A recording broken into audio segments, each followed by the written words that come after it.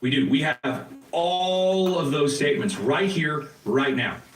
None of what he is alleging in this New York Times column is correct. Nothing.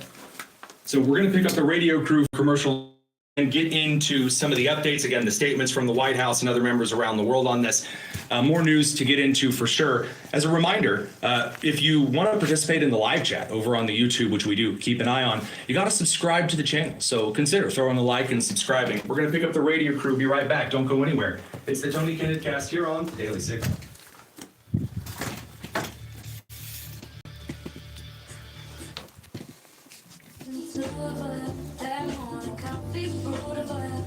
This is the Tony Kinnett Cast on 93 WIBC.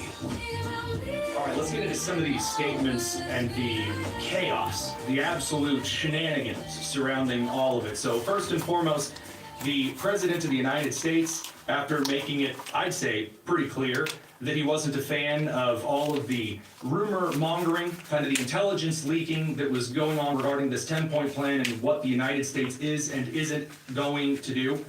The president made a case that was later clarified through Carolyn Levitt that, yeah, what Israel is doing with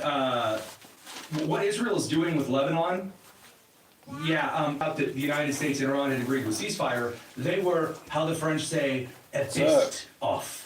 So in this case, again, I'm struggling to see where we're getting this complete kowtow to. But anyway, here's the argument from Carolyn Levitt, White House press secretary, to the media today. Sure. Lebanon is not part of the ceasefire. That has been relayed to all parties involved in the ceasefire. As you know, Prime Minister Netanyahu put out a statement last night in support of the ceasefire, in support of the United States' efforts, and he's also assured the president he'll continue to be a helpful partner throughout the course of the next 2 weeks. Is there any thought, though, that the president might like to see Lebanon included in a future date, given that it seems to be causing or potentially undermining the Iran ceasefire? Again, this will continue to be discussed, I am sure, between the president and Prime Minister Netanyahu, the United States and Israel, and all of the involved, but at this point in time, they're not included in the ceasefire deal.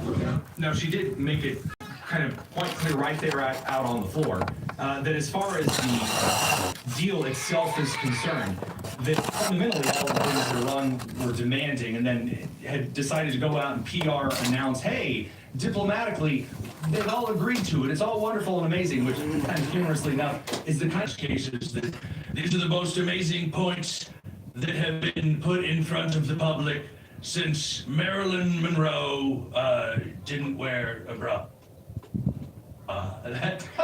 Sorry. I mean, that's the kind of stuff that Trump comes out and says before the public. This is Carolyn saying that in a little bit more of a concise and less Trump fashion. The Iranians originally put forward a 10-point plan that was fundamentally unserious, unacceptable, and completely discarded. It was literally thrown in the garbage by President Trump and his negotiating team. Many outlets in this room have falsely reported on that plan as being acceptable to the United States, and that is false. With the president's deadline fast approaching and the United States military completely decimating Iran with each pass. In this case, they are at war, an active hot war with Israel, and should continue to carry this out. You can't have multiple things that are. The President of the United States had a chance to meet today with Secretary General Mark Rutte of NATO. Oh my gosh, really, dude? Really? NATO leaders, or should I say NATO leaders, are flying to the United States to meet with him, is that sentiment in the United States about the U.S. involvement in the North Atlantic Treaty Organization, where we pour in tons of money and our troops to be stationed in other countries who do not pay their fair share, to stave off the imperialistic advance. And then the other goofballs like Macron suggesting that, well, you know, I mean, really, that's the whole point of the United States, is to prop the rest of the stuff. Macron has also argued, by the way, today, that the conflict between Israel and Hezbollah needs to stop in order to prop up the ceasefire. Given that the French chose directly and specifically not to have a dog in this fight, up to and including signing some kind of a backroom agreement with Iran to push through a couple of ships for that screwed over UAE, who was supposed to be, by treaty, a French ally. I'm not really thinking that you get really a seat at the table here, man. Put the baguette down and walk out the door. But again, the NATO leadership is, of course, the President of the United States talking about this a little bit more today. To Europe. And I have to tell you, I'm very disappointed in NATO. Very. I think that NATO, I think it's a mark on NATO that will never disappear. Never disappear in my mind. You know that. Excuse me, yesterday, I believe this is from the President, not today. They're coming to see me on Wednesday. They're going to say, oh, we'll do this, we'll do that. Now they all of a sudden want to send things, you know. But they said it loud and clear at the beginning when I spoke to UK of all. I would have said they would have been there first because they're the oldest. And I said, yeah, I'd love to have a little help. He said, no, sir, we'd rather wait till you win. I said, I don't need help after we win. So again, did you hear the catch there? I said, we'd rather wait for the UN.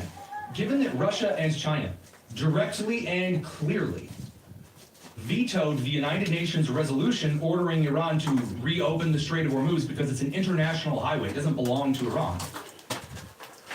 What's the point of doing so? That's obfuscation. That is when you're trying to stall in order to keep somebody around. And Mark already understands, you can only play those games so long. Now, that does bring us over to kind of some of the other arguments, because kind of on the Bushian side, you have Nikki Haley throwing out complaints, and then you have the left going all in on impeachment territory, and then whatever you want to call former Congresswoman Marjorie Taylor Greene in the tinfoil hat she walks around in. Radio crew, we're going to send you off to the commercial break, continuing on the live stream with a couple more details. In the meantime, it's the Tony Kinnett Cast. All right, while they are away, one other note I would suggest, there's been a lot of analysis from the high forehead individuals around kind of the general scope and sphere over whether or not the United States has lost moral high ground by attacking the regime that just killed 35,000 people. And look, I know that's a bizarre thing to ask if the United States has moral high ground over this. You know that's a crazy thing to ask as far as a moral high ground stand. But I'll let the White House Press Secretary Carolyn Leavitt address that. I think she does so concisely. America can never have moral high ground if he's threatening.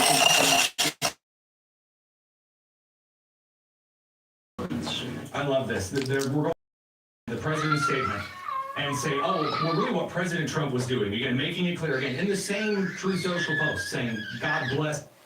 Give us a second, checking what's going on.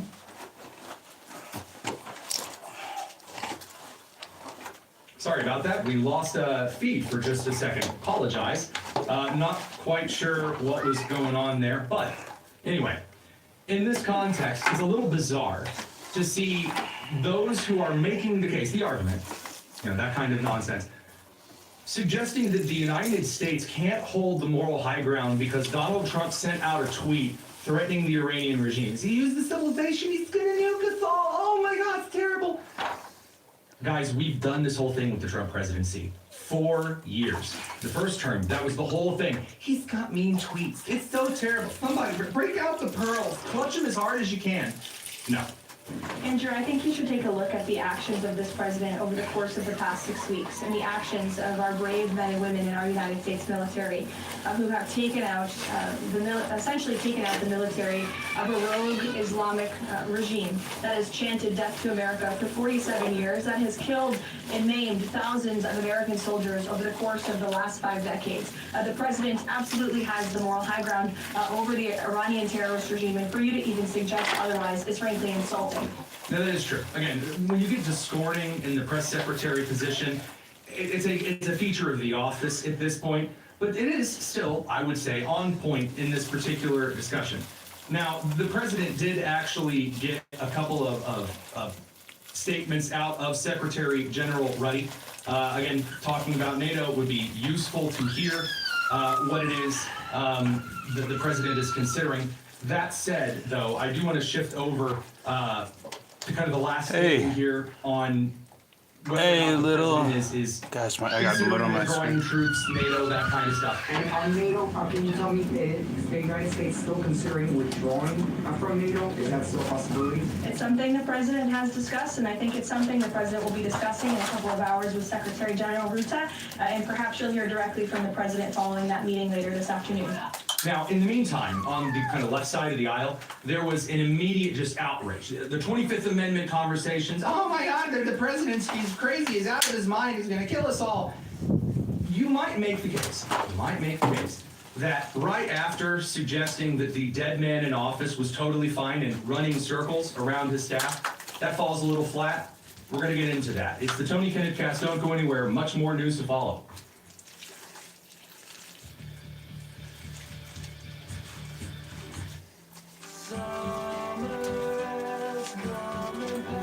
This is the Tony Kinnett Cast on 93 WIBC. Welcome back to the Tony Kinnett Cast here on the Daily Signal. Here stateside, there's a lot of news to dive into. First of all, the killer of Irina Zarutska in, of course, North Carolina, in the Charlotte light rail. You'll remember that DeCarlos Brown Jr. got up and, without any kind of provocation, the young lady doing absolutely nothing to him, stabbed her to death, and until the man had walked away, the subway car full of people did absolutely nothing. And this individual, after arrested, we found out had been let out again and again and again and again and again. And should never have been let out back on the streets. But now that the individual, this DeCarlos Brown Jr., has been arrested again, there is new news from today that he has been found incompetent to stand trial. And that means this. That means that instead of this individual receiving swift justice, there now needs to be a special period where he steps off to the side and gets a little bit of mental health treatment, doesn't have to go to heavy, super-duper federal security prison and perhaps face the death penalty, as he should. None of that happening. These are the kind of policies that Democrats are trying to keep in every single major city. Whether we're looking at Abigail Spanberger or we're looking at New York City Mayor Zoran Mamdani calling for violent criminals to be released from prison and blaming the police for showing up to domestic abuse calls, things of that nature, all the way over to J.B. Pritzker, who's consistently let out violent criminals in the state of Illinois. Instead, the focus is all on the impeachment routine. This is the big thing. All right, we got to do the whole impeachment shuffle. So Chuck Schumer doing all of this goofball nonsense, and in this particular case, now suggesting that the President of the United States has to be halted, he has to be stopped, because Congress has to reassert its authority, and now the Democrats are going to force a vote on this war powers resolution fiasco, whatever. Here's Chuck Schumer making that argument today. I'm announcing that today the Senate will vote next week on the war powers resolution. Congress must reassert its authority, especially at this dangerous moment. No president, Democrat or Republican, should take this country to war alone. Not now, not ever. Now again, we could sit here and talk about the hypocrisy of Chuck Schumer losing his mind here when he was defending Barack Obama doing literally whatever he wanted. But aside from that particular instance here, Chuck Schumer has had opportunity upon opportunity over several presidencies during his time in Congress to change the law regarding the president's authority to use the military. But he hasn't offered to sign on to any bills changing how the War Powers Resolution Act works. Yeah. None of that. But he's suggesting he's going to here. I'm not entirely sure that Chuck Schumer quite knows what he's offering here. The Senate has failed to pass war powers resolutions like 3 or 4 times in the last year. The Democrats have brought this to the table time and time again regarding Venezuela, then regarding Iran. It ain't happening, Captain. No matter how many times you push this forward, nope, not going to be a thing. Now, on the other side of things, we have the impeachment charge. So the Democrats every 5 minutes are trying out this, well, we got to impeach him right in Connecticut, because no one is pumping out discipline like Connecticut does. The dude's 77 years old, and he served in Congress for 28 years. He has announced the president needs to be impeached. Does he actually cite any misdemeanors? Does he cite any crimes that the president should be removed? Just get out of the water. No, nothing on the list. I've read through it's basically Al Green's dastardly deeds of blood. That kind of a charge, but brought up and repackaged slightly. J.B. Pritzker, fresh out of the Golden Corral in Illinois, fresh out from letting criminals onto the streets and allowing illegal immigrants to kill college students in Chicago. Well, J.B. Pritzker, he's out here saying that the president has like severe old age mental whatever. And that's why we've got to get rid of the president via the 25th Amendment or whatever. Here's Pritzker. President Trump threatened to wipe out an entire civilization. Let's be honest, there is something genuinely wrong with this man. And the 25th Amendment. I like that, let's be honest, there's something genuinely wrong with this man. As though he hasn't been saying that exact thing for the last 12 years. I love that whenever you have a really partisan person that wants to stop for a second and say, all right, let's say what's on my mind here. Well, let's get away from politics. And then they say the most political thing that they can possibly imagine. But anyway, here's the pitch. It's 25th Amendment time. Must be invoked before it's too late. For the sake of our national security, Donald Trump needs... Nice of you to finally care about national security. I thought that was Islamophobic, to be honest with you. But anyway. to go now. Now, this is a slightly different tune than what J.B. Pritzker was singing not too long ago. You may remember during the Biden administration that when Biden was barely with pulse, lying dead on Rehoboth Beach, we didn't see him for weeks. This was J.B. Pritzker's explanation then. I've been with the President of the United States many times. He is on the ball. The man knows more than most of us have forgotten. So you'll have to forgive me if I don't particularly believe you here. Now that said, there is a little bit more. The DNC is struggling, really struggling, to continue messaging along the same lines because there are some Democrat senators who are up for election this year. And they are a little bit concerned that right now in a lot of these key elections that the Democrat chance to take the House still kind of holds strong in the midterm year, not completely unexpected. But on the Senate side, chances are slipping. And this brings us over to kind of the main free realm. What do you actually market to people? What do you communicate? Well, additional scorn is coming down the line for Democrats who continually participate these mass script communication campaigns. We covered some of these before, in which Democrats will send a script, and then they will sit down and record the exact same video as though they are just getting this idea for the first time.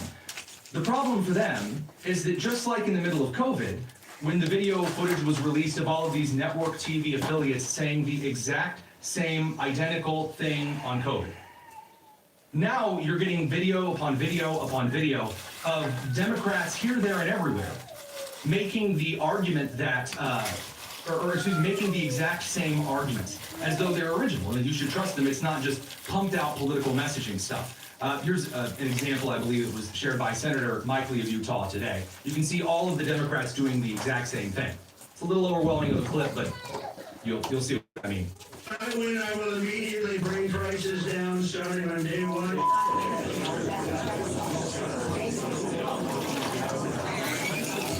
So, what you heard in all of that cacophony there, the same clip of President Trump to start and then the exact same script to follow. That's not going to provide you momentum because a presidential election, which is where you can kind of run against somebody, is not a midterm. It's not a midterm. Now, it doesn't eliminate the concept of the conversation about momentum, but it means that it's not really going to hold water when you have announcements like this. After announcing that he would be delivering free buses this year, Zoran Mamdani is now suggesting it's very unlikely, if impossible. That is per Politico's reporting. So you have individuals, kind of the socialist side of the Democrat Party, the only ones that are saying, here's what we're going to do, getting into the small parts of power around the country where they are getting into office. Whether it's the mayor of Seattle, who laughs about being a communist, or Zoran Mamdani, who have promised free buses and grocery stores and sunshine and childcare and everything in the world. And then, when you actually dial into what they're delivering, so far Zoran Mamdani has delivered, calling for violent criminals to be released from jail. Number two, he's held Kumbaya Ramadan singing circles in Gracie Mansion. And number three, he's required police officers to do nothing during blizzards, and therefore allowing dozens of individuals to die from exposure. That's what, hey, New York, that's what you ordered. Congratulations. And this is the kind of issue that is prevalent right now, really in the broader political spectrum, because while there are serious crimes that are drawing people's attention, they're continually, the messaging that is being pumped out, and maybe I should say aired out with the youth, are all boiling down to these grievances over issues that truly no one cares about. Radio Crew, we're going to send you guys over to the commercial side of things and get into some of his stuff here on the live stream. It's the Tony Kinnett Cast here on the Daily Signal. Let me show you what I mean. Here is a rant that is going viral on the left side of the aisle because she is claiming that owning grass on your lawn, a lawn made out of grass, is actually white supremacy. I can't stop thinking about how grass lawns are racist and like based in white supremacy. If that doesn't make sense, that's okay, I guess. It seems really obvious to me. It's really upsetting. Bring back weeds. Bring back clover yards.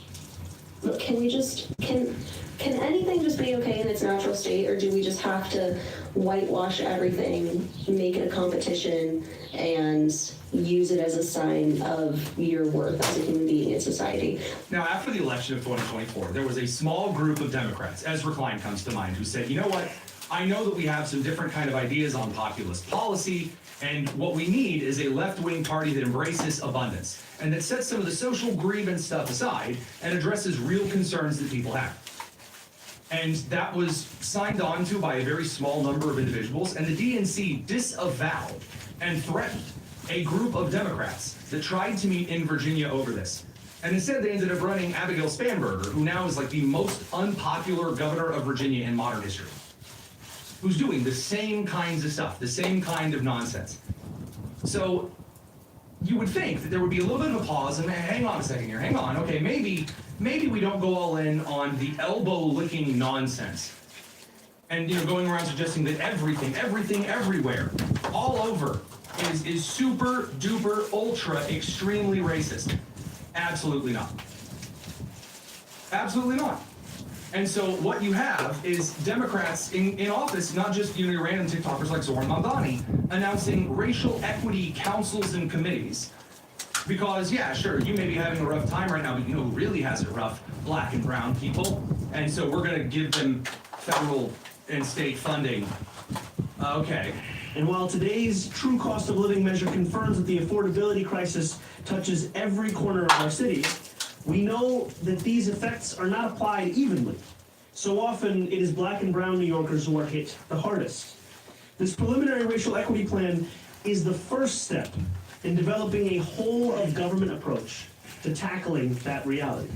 It is a plan that lays out these first steps to solve decades of neglect and discrimination, and it places the work of 45 city agencies within a singular framework. Now, Assistant Attorney General Harmy Dillon, who by the day is becoming the crowd favorite as a replacement for the Attorney General position, I'm going to level with you just out of a matter of transparency. I am friends with Harmy Dillon, and obviously as a friend since back in my education policy and education writing days, I think she would make an excellent AG. But on how she investigates anybody and everybody right then and there, brings up charges, does the work, well, I mean, I'd level with you. Going after this kind of stuff at face value and immediately getting down to work without a lot of the fanfare, yeah, that's probably going to be a lot more effective than just getting up in front of the podium and yelling and then doing a whole lot of nothing.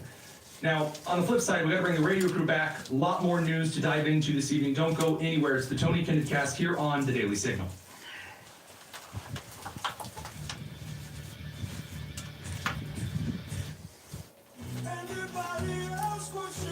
The Tony Kinnett Cast on 93 WIBC. Welcome back to the Tony Kinnett Cast. Let's give you a couple of updates on some of the news earlier on in the show. There is more.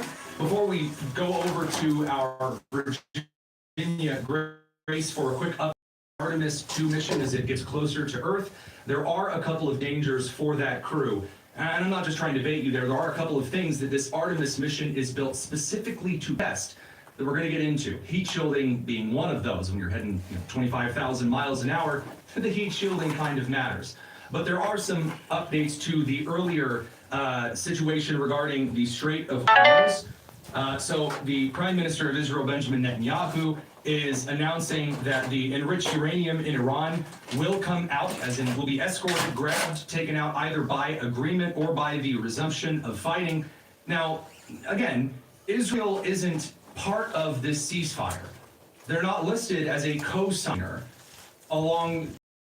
I will say the President of the United States did just share this message in all caps, as the President often does. He says, NATO wasn't there when we needed them, and they won't be there if we need them again.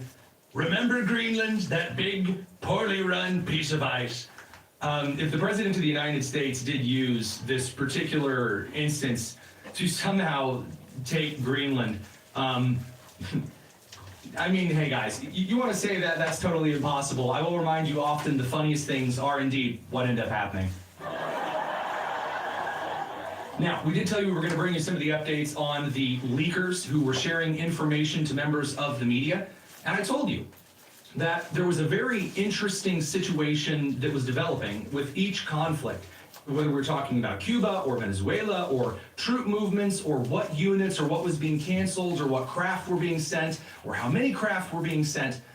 And I made the case at the time that it was rather strange to watch one report come out from Reuters, one from the Associated Press, one from Axios, one from the New York Times, one over on CNN, and then the international outlets getting involved. All of a sudden, you had 15 different stories that were just a little bit different. And I made the suggestion that one of the things to watch out for would be an arrest in which an individual, like that one counterterrorism guy, Joe Kent, who lied about how his wife died. That particular dude who got, canned for leaking, well, he quit in protest first. Now we have Courtney Williams. Courtney Williams is a former civilian who is suggested to be tied to Delta Force under U.S. Special Operations Command. She was arrested and charged with transmitting secret and other national defense information. So not just, there are several classifications for intelligence data. I'm not going to go into the difference between like secret and no foreign for national defense information, but she is charged with leaking information to journalist Seth Harp between 2022 and 2025. So I do believe you're going to